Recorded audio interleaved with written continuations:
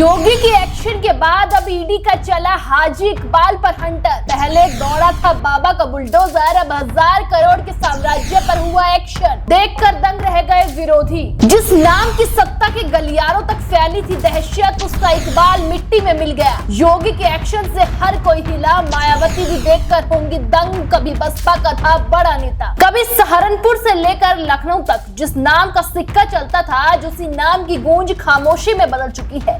ये बात हैरानी की नहीं बल्कि सच है। हाजी इकबाल वो नाम जिसके सामने कभी बड़े बड़े अधिकारी भी सिर झुकाते थे, लेकिन अब हालात ऐसे हैं कि उसी हाजी इकबाल का पूरा साम्राज्य जमीन में मिल चुका है। पहले योगी सरकार का बुलडोजर चला और अब ईडी का हंटर चला है, जिसने उस ताकतवर साम्राज्य को पूरी तरह हिला कर रख दिया है।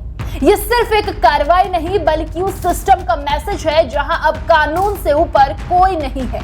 दरअसल कहानी की शुरुआत होती है उस फैसले से जिसने हाजी इकबाल की दुनिया ही बदल दी।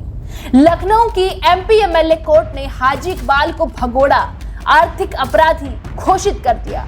और सिर्फ इतना ही नहीं, अदालत ने उसकी 3 बड़ी चीनी मिलों को कुर्क करने का आदेश भी दे दिया है। ये वही मिलें थी जिनके जरिए काले धन को सफेद करने का खेल चलता था। करीब 1000 करोड़ की संपत्ति पर सीधा शिकंजा कस दिया गया है। सोचिए, जो कभी खुद को असहज समझता था, आज उसकी हालत ऐसी हो गई है कि उसे कानून से भागना पड़ रहा है। लेकिन ये कहानी सिर्फ एक फैसले की नहीं है, ये कहानी उस सफर की है जो परचून की दुकान से शुरू होकर हजारों करोड़ के साम्राज्य तक पहुंचा और फिर वहीं से गिरकर खत्म भी हो गया। जांच एजेंसियों ने जब फाइलें खोली तो सामने आया कि हाजी ने अपने साम्राज्य को खड़ा करने के लिए किस तरह बेनामी संपत्तियों का जाल बिछाया था। नौकरों, ड्राइवरों और रिश्तेदारों के नाम पर जमीनें, कंपनियां और कारोबार खड़े किए। लेकिन योगी सरकार की सख्ती के बाद ये पूरा नेटवर्क धीरे धीरे टूटने लगा। योगी सरकार के आने के बाद जो सबसे बड़ा बदलाव दिखा वो माफियाओं पर सीधा प्रहार था। हाजी इकबाल भी उसी लिस्ट में शामिल था। पहले उसकी संपत्ति पर बुलडोजर चला, फिर एक एक करके अटैचमेंट शुरू हुआ। फरवरी 2026 में 275 करोड़ की 50 संपत्तियां कुर्क की गई। उससे पहले 203 करोड़ की 148 संपत्तियां चिन्हित की जा चुकी थी। और अब ईडी ने जो कार्रवाई की है उसने हाजी की आर्थिक रीढ़ ही तोड़ दी है। कुल मिलाकर 5000 करोड़ से ज्यादा की संपत्ति जब्त की जा चुकी है, जो अपने आप में एक बड़ा रिकॉर्ड है। सबसे दिलचस्प बात यह है कि कभी जिस हाजी इकबाल के दरबार में बड़े बड़े अधिकारी हाजिरी लगाते थे, आज वही हाजी कानून से बचने के लिए देश छोड़कर छिपता हुआ फिर रहा है। उस पर 50 से ज्यादा मुकदमे दर्ज है और पुलिस ने 1 लाख का इनाम भी घोषित कर रखा है। बताया जा रहा है कि वो दुबई में कहीं छिपा बैठा है, लेकिन अब मामला सिर्फ भारत तक सीमित नहीं रहा।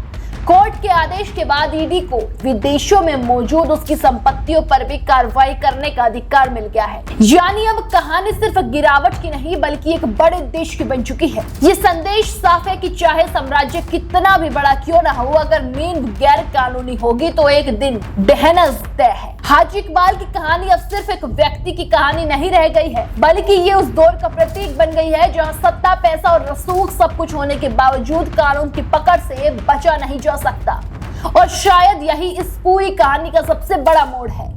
जहां कभी हाजी का नाम डर पैदा करता था, आज वही एक उदाहरण बन चुका है। एक ऐसा उदाहरण जो बताता है कि वक्त बदलते देर नहीं लगती। कल तक जो सत्ता के गलियारों में गूंजता था, आज वो कानूनी फाइलों में दर्ज एक केस बनकर रह गया है। अब सबकी नजर इस बात पर टिकी है कि अगला कदम क्या होगा। क्या हाजी इकबाल को भारत लाया जाएगा या फिर उसकी बाकी बची संपत्तियों पर भी शिकंजा कसेगा। लेकिन इतना तय है कि ये कहानी अभी खत्म नहीं हुई है, इसका अगला अध्याय और भी बड़ा होने वाला है। देश दुनिया की हर बड़ी, सटीक और भरोसेमंद खबर देखने के लिए अभी विजिट करें हमारे वेबसाइट nowuttarpradesh.com और nownoida.com पर, क्योंकि यहाँ आपको सिर्फ सुर्खियां नहीं बल्कि पूरी जानकारी मिलेगी।